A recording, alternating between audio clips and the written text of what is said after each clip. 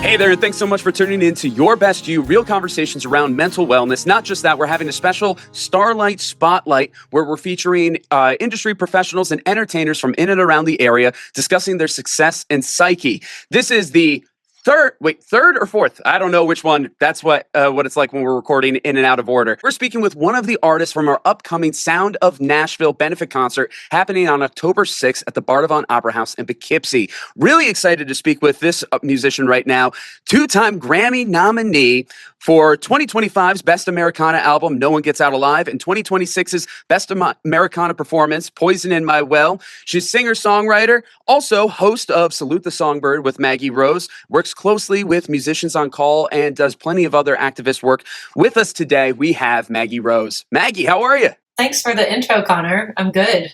Thanks for having me. I'm the third or fourth installation of this. Yeah, I'm not sure where we are on the order. I just know the order that we have it with recording this. How it's going to be released, third, fourth, we'll see. We'll see how it is. Yeah, the listener, it's going to be a choose your own adventure kind of experience. So I like that. Good way of going about it. Whatever you need it to be today, dear listener, that's up to you. I like that approach. Fantastic. Well, hey, that's where we try to be. We try to meet everybody where they are, but that's fantastic. So Maggie, again, thank you so much for being a part of this Sound of Nashville concert that we have going on. You're going to be sharing the stage with Grand Ole Opry member Craig Morgan, voice finalist Ian Flanigan, viral sensation Jake Banfield, and special guest Brooke Morber.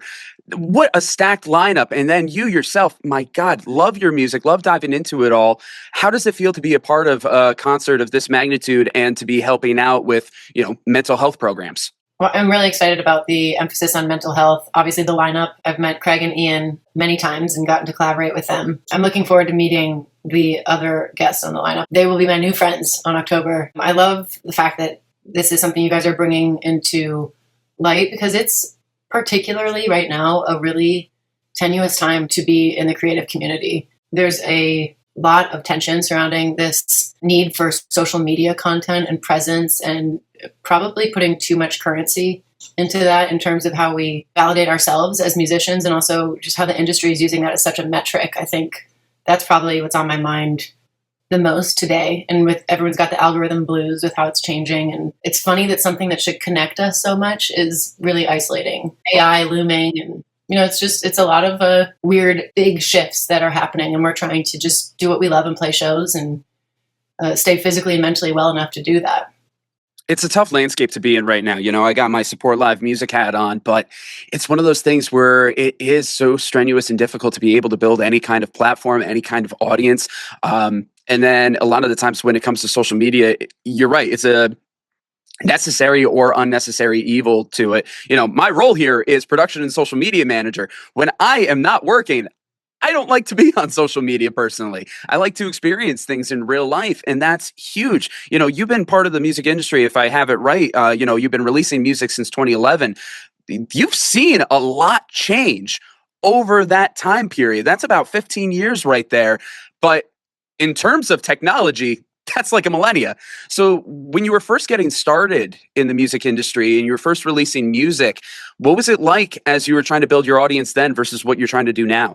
We were in the dawn of Twitter when I was first releasing my first single. There was, of course, MySpace. I'm dating myself now, but like you said, these things evolve at lightning speed. So just even 10 years ago, the landscape was totally different. 2011 was completely foreign to how I release and connect with my fans now. But I also think, what was going on behind what I was putting out there on whatever social media platforms existed at the time. I was also trying to find my voice, and I was new to Nashville and like a teenager who had moved here and figuring out how to write a song and, what I wanted my path to be like. So in a way, I'm happy that there isn't the level of documentation from that time that there is now. And I feel for artists who are just now trying to establish themselves and feeling like everything is being observed, because I at least got to evolve and find myself during a time where I could course correct and explore and experiment without feeling like I was looking scattered. I was appearing scattered all over the place. So I think that's my reflection from at least the beginnings of my career and the relationship with social media. It did feel like I was getting to really be known for what I was playing live and for the music I was releasing to terrestrial radio. Oh, absolutely. And having the way that terrestrial radio was, my background's in radio. So I went through all of that and I've seen the way that things have changed. And it's not as easy to get your songs on radio. And then when you have songs on radio, it doesn't have the same push that it used to. It can help, but it's not exactly what it used to be. That being said, again, we're here talking today because we're promoting a live concert. We're here supporting live music. That being said, it's really weird today how you can build a following without ever having to step on a stage. And that is weird. That is like so foreign for what the entertainment and music industry has been for so long. So please talk to me about why you love going out there on tour, why you like getting out there and physically being with audiences. Yeah, I mean, I think my career model is the opposite of what you just described. Like, I've built something very sustainable over many years because of just consistently touring and going out and playing live music. I think that there are so few things in life that exist that demand that level of presence from both the performer and the audience. And it's something that you have to physically be at to experience. There are great live streams and everything like that, which I also love that exists now. But there's nothing like the real thing, and being in that moment and the urgency of live music. Like, there's a forgiveness to it. There's like an energizing aspect of it. It makes you take stock of time because you do all this planning and advancing for this, 2 hours of music, and then it's worth it. But then it's over, and you're on to the next town.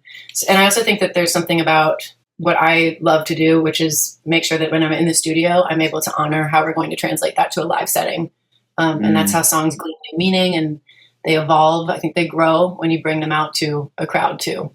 We even sing some songs from the record that's coming out in August, just from what we're doing already on the road. It's already evolved the performance a little bit from what we recorded. And that's exciting to me. Not only that's a rapport between me and the audience that has led to those effects. Oh, without a doubt. I'm very excited about all of that for you. As a musician myself, every time I get to perform out live, it is addicting. It's like the moment is that it's done. It's like, when's the next one? It's like, I can't wait to keep doing this again. And it's not like an attention seeking thing. It's just, there's the rush of that connection. And I love the wording that you used about like the urgency and forgiveness about having a live setting. You're right. That is so beautifully said. My gosh. So with that, you have new music coming out in August, as you said. I would love to hear more about that. But you're also going to be going on tour with Melissa Etheridge. Congratulations on that. That's going to be awesome. And you have a show at Bethel Woods on June 28th here in the Hudson Valley. So people who are coming to see the Sound of Nashville concert, they can check you out early, make their way over to Bethel Woods, kind of get a sneak peek of what they can expect during that.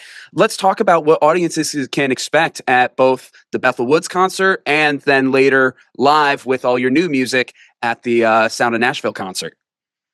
Yeah, so I'm hitting the road with Melissa Etheridge and Wynonna Judd. So it's pretty iconic. Really? Three of us, yeah. Very excited about it. I grew up, I joined as an honorary member of a Bruce Springsteen tribute band called the B Street Band. They would back me up as I opened up for them. I'd leave the Bruce songs to them. But in my set of covers, both Wynonna and Melissa had entries. So to be able to go out with them and introduce myself to their audience is going to be really exciting this summer. In Bethel Woods, it will be a slightly different format from what people will see in October because it will just be a more acoustic, broken down presentation of the songs because I'm the first of the 3 acts. And then in October, we'll have the full band, which we've just done a co-headlining tour with Molly Tuttle. We did a bunch of dates together. We did some festivals last weekend. And it's been so fun to just bring these songs to life with all of those components. And the album coming out in August is called Half Moon, which really documents a lot of the time right before my son was born. And of course, this first year of his life. I finished it a couple of months ago, and I wrote the title track 2 days before he was born. And I knew he was going to be born on April 13th. He was born under a full pink moon. And I wrote the majority of these songs with the same 2 people, Daniel Tashian and Lawrence Rothman, who are the producers of the album as well. So they got to kind of guide me through this really emotional, like exciting, transformative time. And I told them about the full moon coinciding with Graham's birth. And we wrote this song about how the moon is always there in its entirety, but it presents differently every day depending on how much light it's given. And the moon is something that revolves around a larger object, which is very much what motherhood is about. And I was feeling excited and scared and insecure, worried about what it was going to look like on the other side of this. And the moon is always, waxing and waning and returning to itself. And I think that's what I've been doing in this season. And then the album as a whole has this duality to it. So the title Half Moon alludes to like the lightness in the record and also the more dark, even sultry aspects of it, because all those things are still there. And it's been so fun to be out on the road with my son, with us, and have this body of work that has really gotten to capture so much of what I've been feeling in this first season of loving him. That is so beautiful. It's pretty cool. I'm sure. Really it really is it's kind of beautiful. I'm exhausted, and I think I have a lot of help, and the music industry doesn't always facilitate female artists starting a family. I have a village of people that help me. My husband and I work together. We have a nanny that we love who comes out on the road with us, and my husband's parents and my parents are always there to help, but they don't live near us. And my band is very supportive. Like, I'm always like, I'm going to tell Graham someday that he lived on a tour bus with a bunch of older dudes who loved him, but totally cool with his invasion of their space. Tour buses are only so. I was going to say, it's probably not that big. Is everybody in your band versed on changing diapers at this point yet? No, absolutely not. Yeah, I figured. There are boundaries. There are boundaries and expectations that I don't make of people, but understandable. They've definitely tolerated being approximate to a dirty diaper. They've been polite about, the fact that they will have to, be victim to maybe some of the fallout sometimes. Understandable. Well, first of all, really, really excited about that concert in June at Bethel Woods. We're going to try to bring out as big of an MHA community as we can to that. So we're going to have plenty of supporters there for you. Really looking forward to that. But then when it comes to your music, because it'll be like a totally different show in October. Yeah. And then you'll know the songs. So you'll feel like maybe you're in on a secret when October rolls around. Ooh, in on a secret. Gosh, Maggie, I can tell how much of a songwriter you are, because through this entire interview so far, you've been so lyrical and poetic with all the word paintings you've been giving us. So, I can just tell. I can just tell how skilled you are at it all. So with this new album with Half Moon, what are some of the lessons of motherhood that you have really taken into this, and that other new mothers, about to be mothers, or longtime mothers could really appreciate out of this? And I have to say personally, congratulations on being a mother now and starting the family. That's a beautiful thing. I haven't had a chance to say that yet. But yeah, what kind of lessons can women, young and old, get out of this album? It's funny because what you and I were talking about earlier with live music, I think applies to motherhood. Like, this is your moment. You're going to make mistakes and have to recover. You're going to want to be as present as you can. It's going to be the thing that you most enjoy doing, and it might also terrify you. So I think that giving yourself grace as you're navigating it and knowing that there's really no template, and however you want to do it is probably instinctively the right way to do it. So yeah, I think having that same kind of compassion aimed at myself as I do in other areas, lesser important areas like music, trying to do that with the most important relationship, which is with Graham. I'm just trying to do right by him and not, and as gracefully as I can. Without a doubt. Absolutely. So being able to have Graham and as much as your family as you can on tour with you, obviously touring can be a very difficult thing, being on the road constantly, being away from home, being away from the people that you care about. But it sounds like you have a lot of people nearby fairly often, which is pretty good. Would you say that represents the way that you have toured over the years, or is this kind of a new evolution of it now that you have started a family now? I mean, I think I've always been lucky to have a familial relationship with everyone that's come out on the road with me. I don't ever view anyone as a gun for hire. I think if you're spending your time to be out on the road with me playing my music and you're away from your homes and families, that it deserves respect. But I also am just someone who's probably going to build a relationship with anyone who's out on the road with me. This has been a different type of approach. I mean, there's earlier bedtimes now, I would say, and maybe a little less tequila. And I think that the priority after the show is making sure that I can do my job the next day as not only a performer, but a mom. So it's really lifestyle changes, I think. I do believe, I did a whole TED talk on this when Graham was only 4 months old, and it was like one of the scariest things that I've ever done. But I kind of framed the idea of parenting as a community effort. Like, we depend on a community to put a show on. You have your band and your crew, and without them, you'd look pretty silly just standing up there by yourself. So I think that it is something we should expect of the people that we designate to be in our lives, from a working standpoint or a personal standpoint.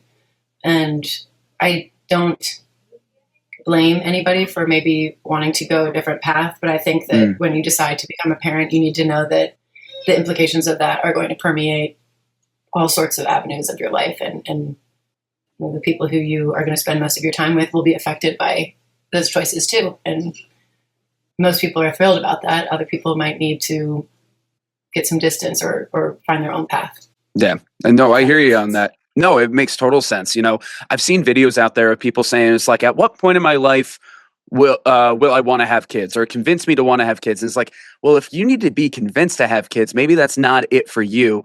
Well, there are people, like definitely myself included, that just has this strong drive to be a parent one day. I'm not yet, but perhaps if I'm blessed with that in the future, that would be wonderful.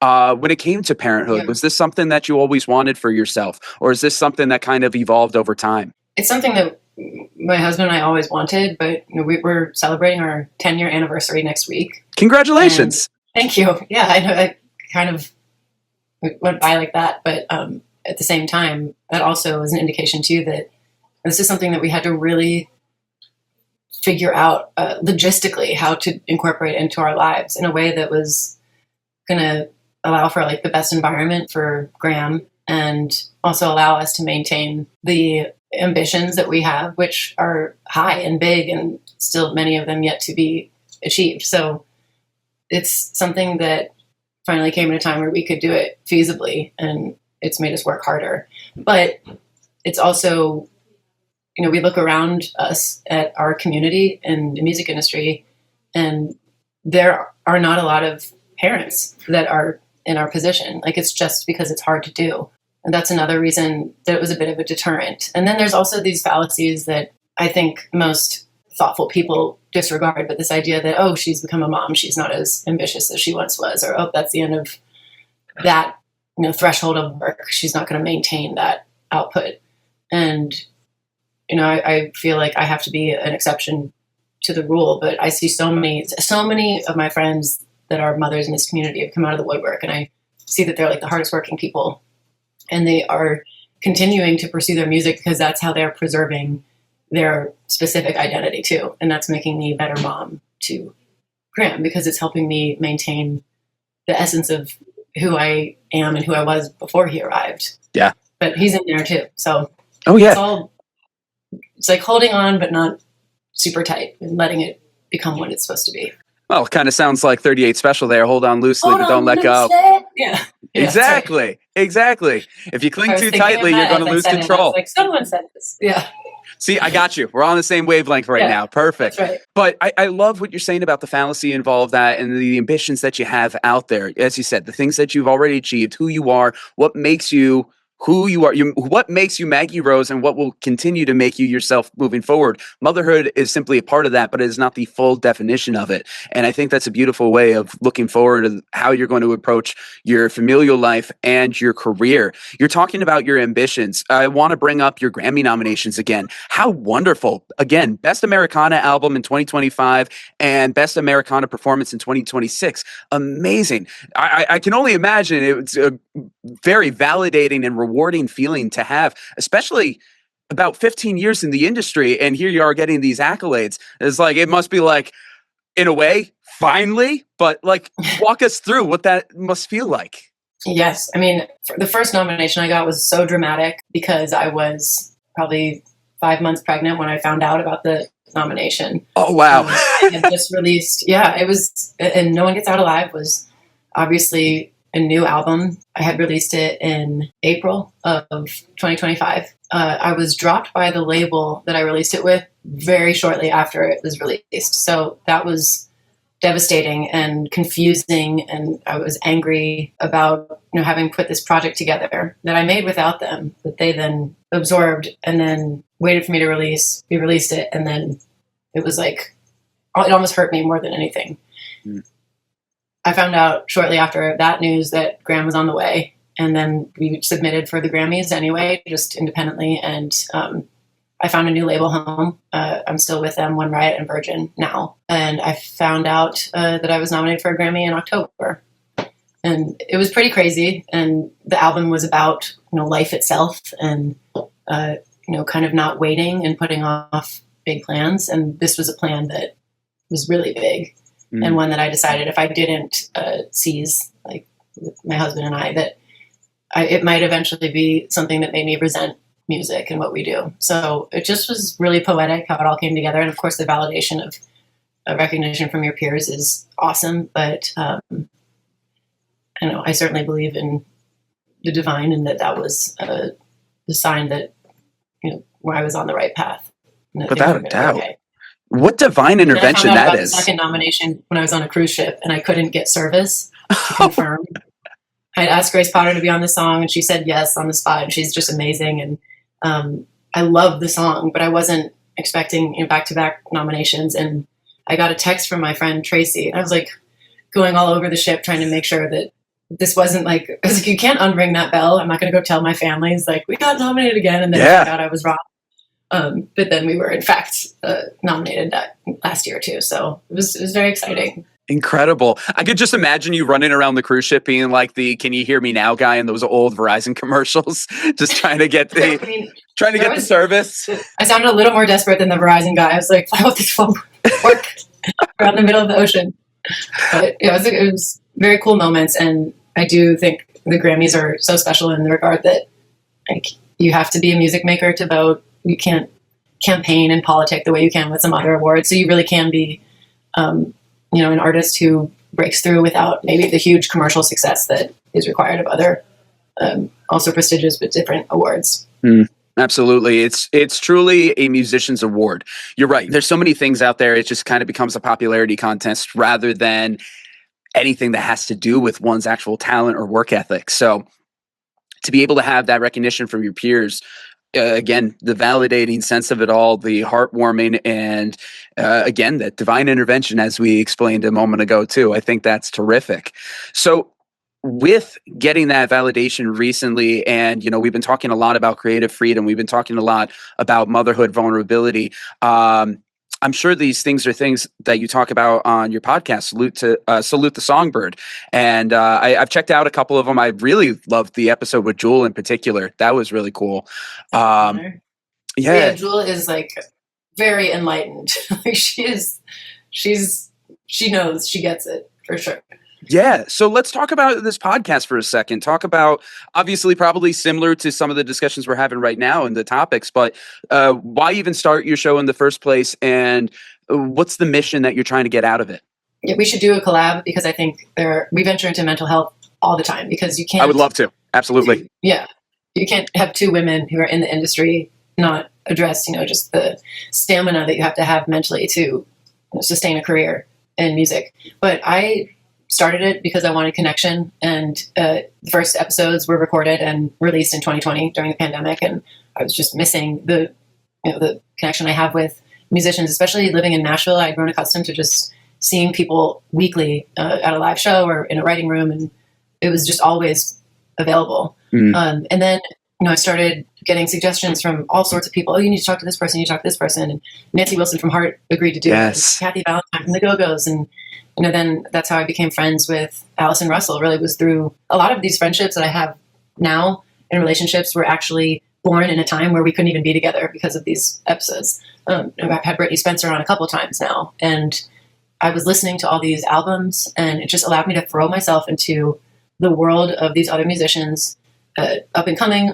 firmly established, and realize all the similarities that we all shared in just our love for music, our need for connection, some of the struggles that we had dealt with. A lot of the advice that I got before I ever became a mother, some of the best advice came from those conversations. Like Martina McBride and I talked about how she managed it all. And it was such a gift to me to have people willing to go there with me. And it made me a better musician because I just was constantly consuming new music and reading these autobiographies of my guests. And it made our isolated worlds that we were all living in much bigger, and it created so much empathy within me for specifically the community of women that make music around me.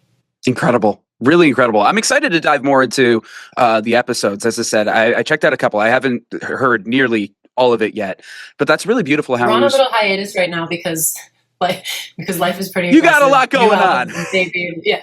And as you know, you're a great interviewer. It is a lot of work, and the best way to be a good interviewer and listener is by researching way more than you'll ever even talk about in the episode. So. Oh yeah. No, you have all these notes, and it was like, I would love to touch on this, but will that happen? Who knows? It's wherever the conversation takes us to. I am one of those interviewers where it's like, I might have notes, I might have topics I want to talk about, but the moment the conversation happens and we go in one direction, throwing them all out the window at that point. I was like, this is where we're going with it. That's how you're a pro. I've been around. I've been doing it for a while. It's funny what you said about the pandemic, because one of the shows that I still produce outside of MHA, my last name is Walsh, and it's Walsh Wednesday. That's my main flagship podcast. I did that in college. It was a little entertainment series where I had like my classmates on to show off their music. Then when the pandemic happened, we did this thing called the Reflective Series, and that was really my first dive into mental health, really. It was never a part of my vernacular, my vocabulary. It wasn't front and center for me, but it was during the pandemic that really made me realize that. And it was the conversations that I had during that period that led me to now working with Mental Health America. And again, it was also through Walsh Wednesday. Andrew, who you met a second ago, I had him on Walsh Wednesday. Several months later, after working together, he's like, hey, Connor, do you want to start this department here? And it's like, you never know what kind of connections are going to happen when you have these deep, intimate conversations. Sure, we were talking about the way that social media works online and whatnot, but there's something about podcasting, there's something about these interviews that touch upon a sense of rawness and realness, more so than a lot of the curated things that you see on Instagram and TikTok feed. And I'm grateful for how real it gets. And I'm grateful for you right now with how real we're getting. I appreciate it all. Well, thank you for saying all that. I think the pandemic sucked. We can all agree that was awful. I feel like we're still untangling and recovering from that time. Without a doubt.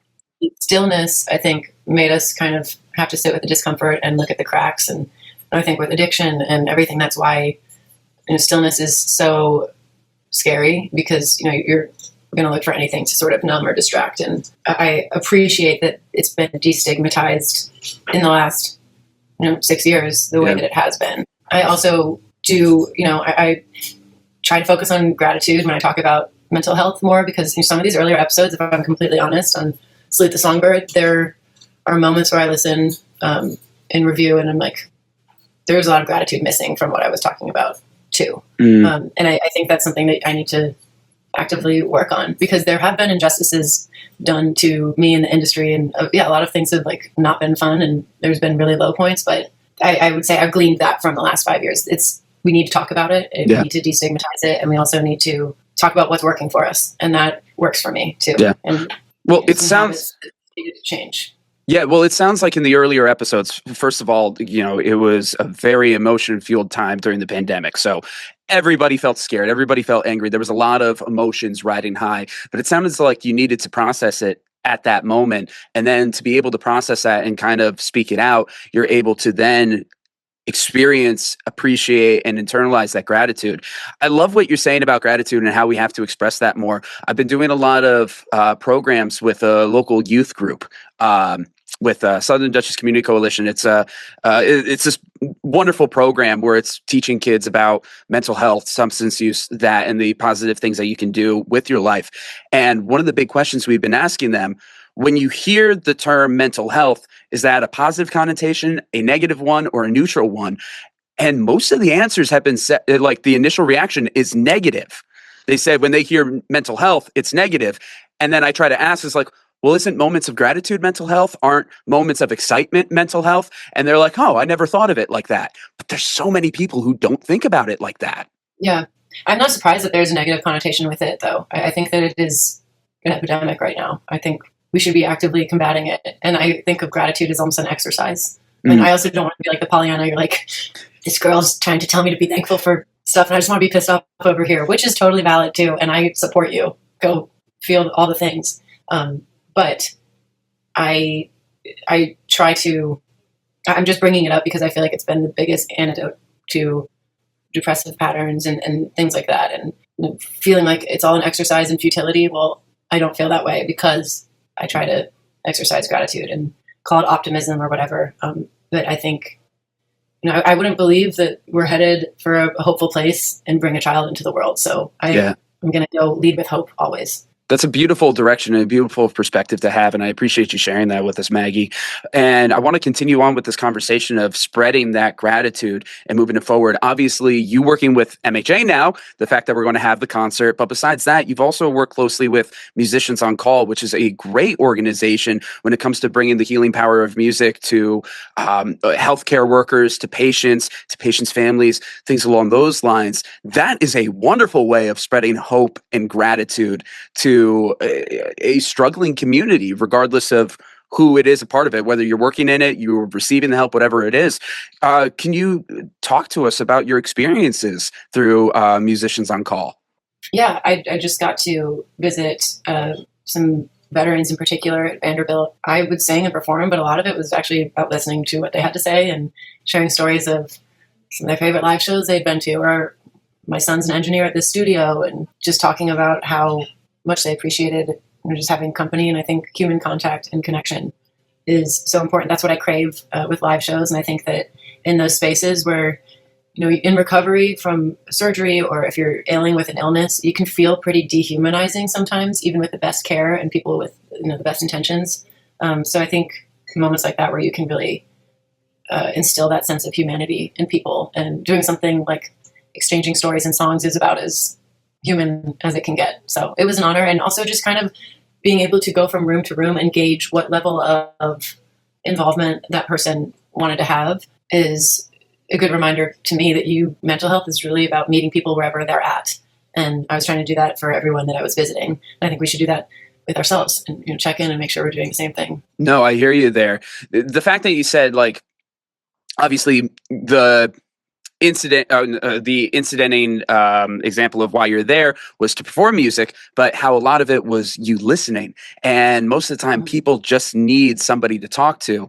But then at the same time, when it comes to music is one of those wonderful things where when you're feeling at your lowest or your loneliest, music can be the thing that reminds you, is like, wow, somebody else feels this. There's an audience out there. Somebody else knows how I'm feeling. Somebody wrote this song for me. Somehow they wrote my life, and we cling on to those songs. I've said for forever, music is the universal language because it expresses emotions and no other form of communication can. So it's impressive. So to be able to be a steward of that and share your gifts, especially with Musicians on Call in these hospitals with these veterans, that is really powerful. Has there been a particular moment or a couple of moments that have really stood out to you when you're when you're reaching out to people? Yeah, I think when you sing a song, I sang my own songs, but then how it remind them of a specific memory or live show that they attended with their wife when they were newlyweds, and just the triggering of these cool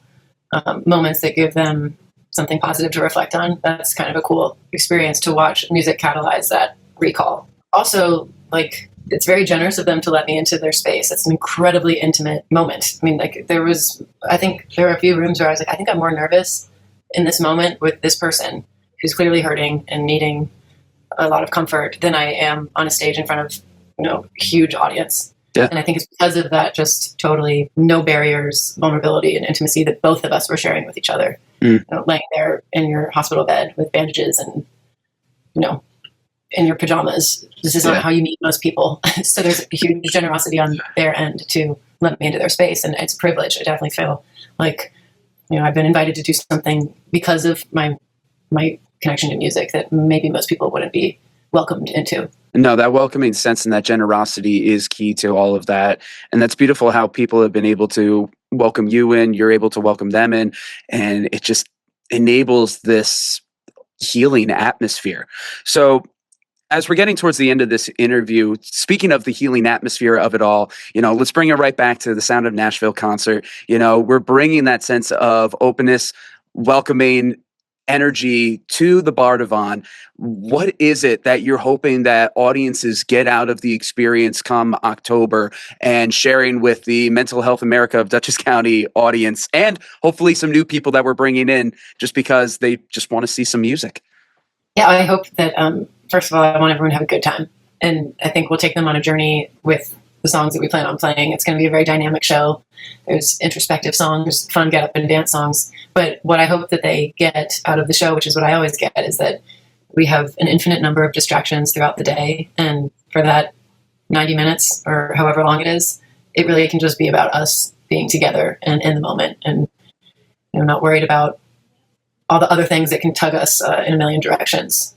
When I'm up there, that's my only choice, is to serve that moment. So hopefully people will be able to do that for themselves. I think that's a huge lesson right there. Serve that moment, just a level of being present amongst all the different distractions that we have. I think that is wonderfully said, Maggie. Again, thank you for everything today. To everybody out there who is watching and listening, make sure that you check out the concert at Bethel Woods with Melissa Etheridge and Wynonna Judd. You said that was the other one. Fantastic. I didn't know that. Wynonna Judd was coming on to it too. Make sure that you check that out on June 28th. There's going to be a whole crowd of us MHA people there, so you can come and celebrate and rock out with all of us. And then, of course, come out to the Sound of Nashville concert happening at the Bardavon on October 6th. It's going to be an incredible opportunity. We're going to have all the ticket information in the description of this episode. It's going to be a lot of fun. And Maggie, when it comes to doing any kind of collaboration in the future, I know I'm not a woman, but I've produced many women's issues podcasts, and I've learned a lot through it all. And also, you're a supporter of women. Absolutely. You're an honorary songbird. Don't worry.